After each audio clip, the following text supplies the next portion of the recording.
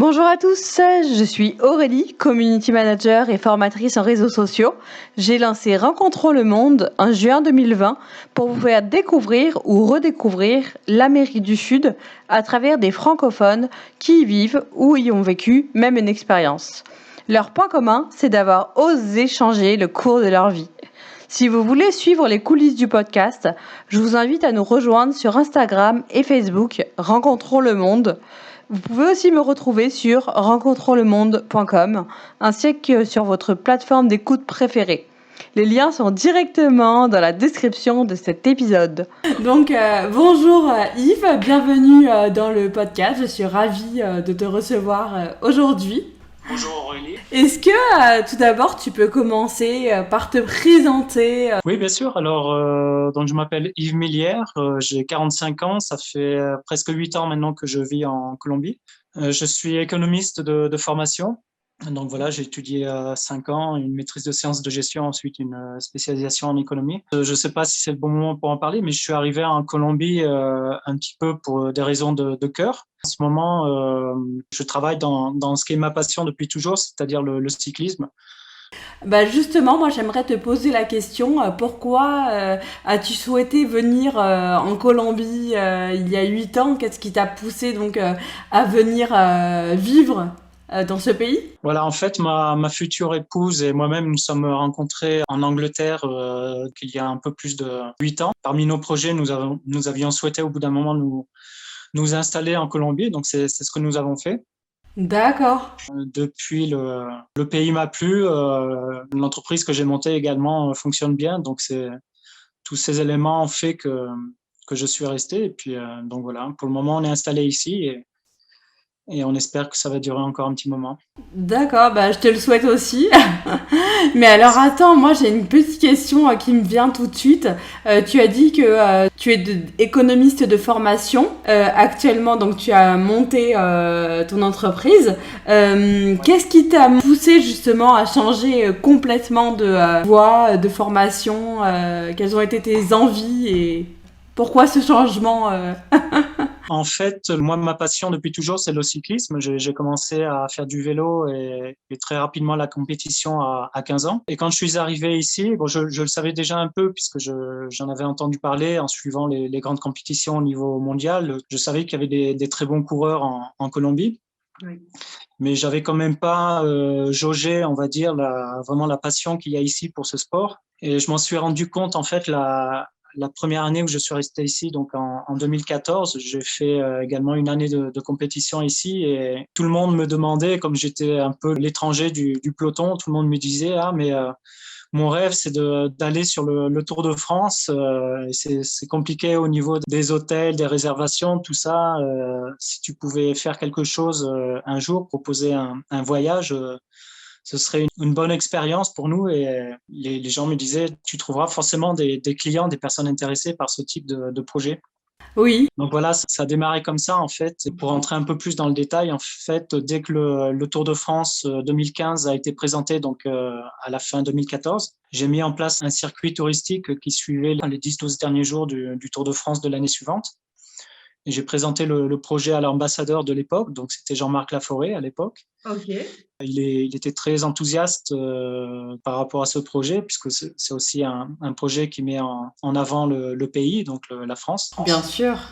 Et voilà, c'est comme ça que ça a démarré. On a fait d'abord un premier événement à l'hôtel Sofitel à Bogota. Et puis, donc, l'ambassadeur, bien sûr, était venu. J'avais invité des cyclistes professionnels très connus. Il y a beaucoup de personnes qui sont venues. Il y avait 70-80 personnes à peu près qui sont venues. Ah oui, quand même, pour ton premier événement, en plus, tu as pu faire venir des professionnels du monde du cyclisme. Voilà, exactement. En fait, ça, c'était l'inauguration, on va dire. C'était la présentation du projet. Ok. Et donc, c'était la présentation du projet du voyage sur le Tour de France au mois de juillet 2015, donc qui avait lieu 5 ou 6 mois plus tard. Et à partir de là, et tous les efforts qui ont été faits au niveau des médias, de la communication, etc., en fait, j'ai réuni 45 participants sur le premier voyage sur le Tour de France. Donc ça a bien marché, effectivement. Ah oui, effectivement, ouais, c'est comme bien. ça qu'a démarré le tour opérateur, en fait. D'accord, ok, oui, parce que du coup, NBC par Francia, donc ton entreprise, donc c'est un tour opérateur. Voilà, exactement. Ok. Donc, c'est un tour opérateur dûment immatriculé. Donc, ça requiert une RNT, comme on appelle, un registre national du tourisme. Et tout ce qui s'ensuit au niveau des obligations légales, bien sûr. Oui, bien sûr. Alors justement, avant de rentrer dans le vif du sujet, tu parles justement de la place prépondérante du cyclisme en Colombie. Est-ce que tu peux nous en parler un peu? Parce que oui, effectivement, chaque année dans le Tour de France, il y a, il me semble, hein, je veux pas dire de bêtises, mais je crois qu'il y a quand même plusieurs Colombiens quand même qui participent au Tour de France. Est-ce que tu peux nous parler justement de la place du cyclisme en Colombie? Oui, oui, tout à fait. Alors, ils ont un tour local qui est très connu, qui s'appelle la Vuelta a Colombia depuis les années 50. Et au niveau international, le premier coureur qui est venu courir en Europe, c'était dans les années 70. D'accord. Et il y a eu une première vague, on va dire, de cyclistes colombiens en Europe et notamment sur le Tour de France en 1984 avec les fameux Lucho Herrera, Fabio Parra, etc. Donc ça, à l'époque, c'était l'équipe Barta, Café des Colombiens. Donc ils ont fait sensation puisque c'était plus ou moins en fait des amateurs qui se frottaient aux professionnels aguerris donc en Europe. Ils ont été capables d'être très méritants, de figurer bien au classement général dans le Tour de France. Ça a commencé vraiment comme ça au niveau international. Et D'accord. plus récemment, en fait, pour continuer l'histoire, on a les grands Nairo Quintana, Rigoberto Urán et un peu plus récemment Egan Bernal qui a été le premier Colombien à gagner le Tour de France en 2019, pardon, il y a 2 ans. Ah oui, oui, c'est tout récent, effectivement. Voilà, donc effectivement, c'est de loin un des sports les plus suivis en Colombie. Donc juste après le football en général, c'est le sport national un peu partout. Ouais, Mais juste derrière, en Colombie, on a le cyclisme. Et d'accord. puis, voilà, au niveau amateur aussi, c'est un peu la fièvre. Ça se développe tous les ans. Il y a de plus en plus de pratiquants. Donc, c'est très, très Oui. bon pour les initiatives comme la mienne, on va dire. Mais c'est ça, et en plus, du coup, j'imagine que dans ton initiative, comme tu le disais tout à l'heure, elle a été très très bien accueillie par les Colombiens. Et puis ils ont dû être contents aussi que ce soit un Français qui propose ce tour opérateur de faire ça en plus, non? Voilà, en fait, l'intérêt de mettre en place vraiment quelque chose de structuré, en plus fait par un Français, c'était justement d'avoir quelqu'un sur place qui puisse leur proposer des circuits un peu atypiques, pas forcément ce qui est le plus célèbre, mais justement des circuits un peu atypiques, des routes un peu détournées, etc.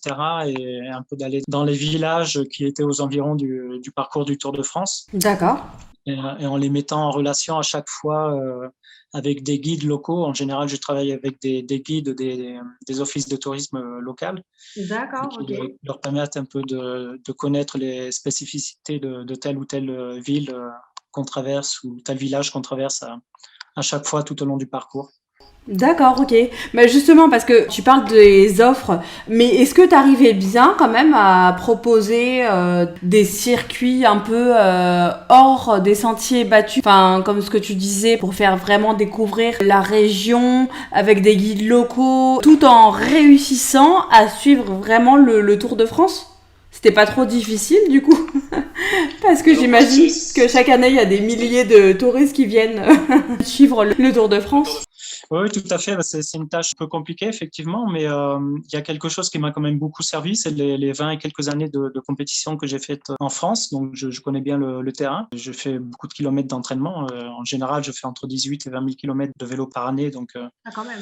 c'est un moyen de très bien connaître le pays. Ils aiment toujours, bien sûr, quand on leur parle de Paris, ils veulent aller à la Tour Eiffel, l'Arc de Triomphe, etc. Mais il faut aussi leur montrer les à côté, la province et les petits villages. Et ça, c'est le point un peu plus compliqué. Mais bon, on arrive toujours à leur proposer des circuits sympas. Et en général, ça plaît beaucoup. Ouais. Ils sont plutôt contents aussi de découvrir les environs, pas que Paris, pas que les grandes villes. Qu'est-ce que t'aimes leur faire découvrir, toi, par exemple? Moi, en fait, ce que j'aime leur faire découvrir en particulier, c'est tout ce qui n'est pas Paris, justement. J'adore Paris, hein, c'est une très belle ville, j'y ai vécu plusieurs années. Mais ce qui est un peu, on peut dire, un peu énervant des fois, c'est que les gens, quand ils viennent en France, que ce soit les Colombiens ou autres d'ailleurs, ils ne parlent que de Paris ou de la Tour Eiffel ou parfois de la Côte d'Azur, ce qui sont deux points de tourisme centraux, bien sûr, ça tout le monde le sait. Mais ce qui est important, je trouve, c'est de leur montrer justement tous les à côté, la Provence notamment, qui est une région magnifique, pas seulement pour faire du vélo, mais aussi pour découvrir les villages, des traditions locales, etc. Ouais, je suis complètement d'accord. Et donc tout ça, c'est vraiment intéressant de montrer à des personnes qui souhaitent vraiment découvrir la France, en fait. D'accord. Et donc, tes clients, ce sont surtout des Colombiens, des Latino-Américains, qui sont en fait tes clients à qui tu fais découvrir la France. Alors, à 80-85%, ils sont colombiens, effectivement. Donc la grande majorité vient de la Colombie, où je suis installé au niveau de mon tour opérateur. De plus en plus, il y a des gens qui viennent quand même de l'extérieur. Sur le tour cette année, il y a des Argentins, qui sont d'ailleurs des personnes qui répètent, puisqu'ils ont déjà voyagé avec le tour opérateur. D'accord, ok. J'ai déjà fait voyager des Mexicains, des personnes du Panama, du Venezuela, Costa Rica, Puerto Rico. Voilà, peut-être j'ai oublié un pays ou deux. Puis il y a pas mal de Colombiens aussi qui sont basés aux États-Unis. Ok. Donc voilà. Mais du coup, ça veut dire que ton tour opérateur, il n'est pas réservé que aux latino-américains. Non, bien sûr que non. N'importe qui est en fait intéressé pour suivre le Tour de France, monter les cols les plus connus et connaître un peu le pays de cette manière et bien sûr le bienvenu pour voyager avec nous. Oui, voilà. Ça leur permet de découvrir la France vraiment, ce que nos spécialités, ce que l'on a en France. Comme je disais, les endroits un peu hors sentier touristique. Mais j'aimerais bien savoir justement de l'autre côté, est-ce que toi, tu leur fais visiter aussi des choses en France ou parce que tout à l'heure, tu parlais notamment de tes guides locaux. Comment ça se passe en fait pour t'organiser de ce côté-là?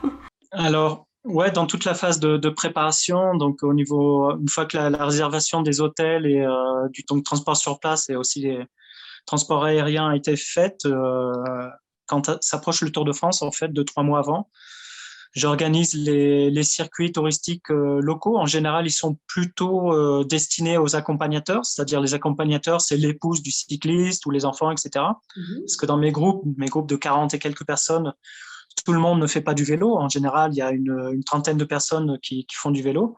D'accord. Et les autres personnes, donc, ce sont des accompagnants, donc des personnes de la famille des cyclistes. Et je leur organise donc des visites guidées avec des guides locaux. Donc, ce qu'on fait en général tous les ans, c'est Avignon. Ok. Pour le festival du théâtre. Alors, pas le festival, mais j'organise avec l'Office de tourisme, j'organise la visite du Palais des Papes et le pont d'Avignon. Ah, c'est super sympa. Et un petit peu la partie historique d'Avignon, qui est une très belle ville pour ça. D'accord. Donc, ça, on le fait tous les ans. Puis, en fonction ensuite d'où on va par rapport au Tour de France, j'organise également des visites guidées. Donc, ça peut être à Lourdes, Toulouse. On a fait des visites sympas à Toulouse, à Bordeaux. Donc, c'est en fonction d'où passe le Tour de France, en fait. D'accord, oui. En fait, tu te bases essentiellement sur les étapes du Tour de France, quoi. Ouais, voilà, exactement. D'accord, ok. Et quand tu disais, donc, quand tu parlais des guides locaux, c'est surtout les offices de tourisme, c'est ça? Voilà, exactement. Donc, moi, je me mets essentiellement en contact avec les offices de tourisme. Je leur présente le projet. Je leur demande bien sûr un guide qui parle espagnol. Oui. Et puis, une fois qu'on a défini un peu les contours, que ce soit une visite courte d'une heure, 1 heure et demie, ou une visite un peu plus longue de 2 heures et demie, 3 heures, eh bien, on passe un contrat en fait avec l'office de tourisme et puis ils nous mettent à disposition un guide. Bah c'est super, oui, oui. Bah oui, j'imagine que ça demande beaucoup, beaucoup d'organisation, c'est vrai. Et j'ai aussi vu que tu as créé Columbia Bike Tour. Quelles sont les différences avec NBC Power Francia? C'est complémentaire ou c'est vraiment tout autre chose? Alors, oui, on peut dire que c'est complémentaire. En fait, c'est une autre marque. En fait, c'est dans le même tour opérateur. L'entreprise n'a pas changé. C'est toujours une même entreprise, mais qui gère une autre marque. Donc, cette autre marque a son propre RNT, c'est-à-dire Registre National du Tourisme. Et effectivement, le but de faire des circuits à vélo est le même, sauf que bien sûr, ici, on s'adresse à des étrangers qui viennent visiter la Colombie. D'accord, donc dans l'autre sens. Exactement, c'est dans l'autre sens. Et c'est des personnes qui souhaitent découvrir le pays à vélo. Et la plupart du temps, en fait, à 80%, les clients sont nord-américains, donc qu'ils soient américains ou canadiens. Également eu quelques clients sud-américains, donc typiquement du Brésil, du Mexique, et quelques clients européens également. D'accord, ok. Et c'est quelque chose qui t'a été demandé, ça, ou c'est vraiment une initiative que tu as pris de toi-même? Comment est-ce que ça s'est fait? Comment l'idée t'est venue? En fait, j'ai vu qu'il y avait des magazines spécialisés sur le cyclisme qui parlaient de plus en plus de la Colombie comme une des destinations à la mode, entre guillemets. Donc voilà, je me suis dit, je vais essayer de tenter ça et bon, ça a marché. Il faut encore développer, bien sûr, le concept Oui, bien sûr. en passant par des partenariats avec, par exemple, la Fédération américaine de cyclisme. Ça devrait pouvoir se développer encore plus. D'accord, ok. Et c'est la même équipe avec laquelle tu travailles pour NBC pour Francia. Alors bien sûr, je parle pas de l'Ovidio Tourisme, mais je sais pas si par exemple tu as des personnes qui s'occupent de l'organisation, de la partie logistique. Non, c'est une équipe différente en fait que j'ai mis en place. Les guides avec lesquels je travaille, les guides à vélo, ils sont tous locaux, donc ils sont tous ici en Colombie. Et à la différence de NPC pour Francia, où mes guides en fait ils viennent d'Italie. D'accord, ok, ok, ok. Donc tes guides, alors attends, tes guides viennent d'Italie. Quel guide justement? Alors en fait, sur tous les tours, au total, on a entre 3 et 4 guides à vélo qui guident en fait les personnes qui viennent monter à vélo. Donc j'ai une fois en 2016, j'ai été amené à travailler avec 2 guides en Italie et je les ai trouvés vraiment très très bons. Donc depuis, je continue à travailler avec eux et en fonction de la taille de mes groupes, j'embauche un guide ou 2 en plus. La plupart du temps, ils viennent de France. D'accord. Les guides avec lesquels je travaille le plus, en fait, ils sont basés à Sienne, en Italie. D'accord, ok. Bah oui, comme on dit, hein, on ne change pas une équipe qui gagne, hein. Voilà, c'est un peu l'idée. Et tout à l'heure, tu parlais de RNF, il me semble, ou RNT, je ne sais plus. Alors, oui, le RNT, c'est le Registro Nacional de Turismo. En fait, on va dire une obligation légale qui est gérée par Fontour en Colombie. Donc, Fontour, c'est l'organisme qui gère tout ce qui a trait au tourisme.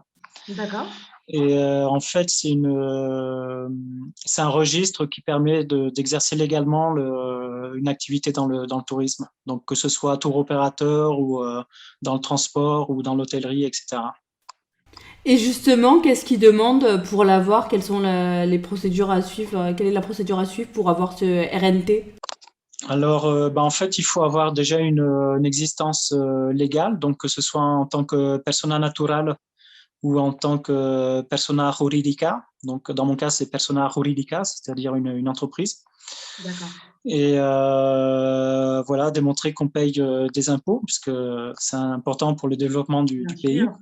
Et puis, donc le RNT a une obligation de tous les trimestres en fait déclarer son chiffre d'affaires et à partir du chiffre d'affaires, on paye une portion de ce chiffre qui vient alimenter la caisse de Fontour. Et ensuite, cette caisse, en fait, elle aide à développer toutes sortes d'initiatives dans le cadre du tourisme. D'accord, ok, ok, ok. Et justement, pour rester un peu sur ces démarches administratives, est-ce que tu peux nous parler justement des grands avantages à créer donc son entreprise en Colombie et au contraire donc les grandes difficultés que tu as peut-être rencontrées? Et voilà, la première partie avec Yves Miller, le fondateur de NBC Profluentia, est maintenant terminée. Je vous remercie de l'avoir écouté. Surtout, dites-moi ce que vous en avez pensé. Dans la deuxième partie, on retrouvera Yves Miller qui nous parlera donc de ses difficultés, mais aussi de ses réussites et pourquoi il était bien important pour lui de créer son entreprise en Colombie plutôt qu'en France. Il nous livrera également ses conseils, ses coups de cœur et ses grands succès au cours de son aventure entrepreneuriale. J'ai très hâte de vous sortir la deuxième partie. Donc restez connectés et si jamais cela n'a pas été fait, abonnez-vous à ma chaîne YouTube et cliquez sur la petite cloche pour recevoir la deuxième partie quand elle sortira. À très bientôt!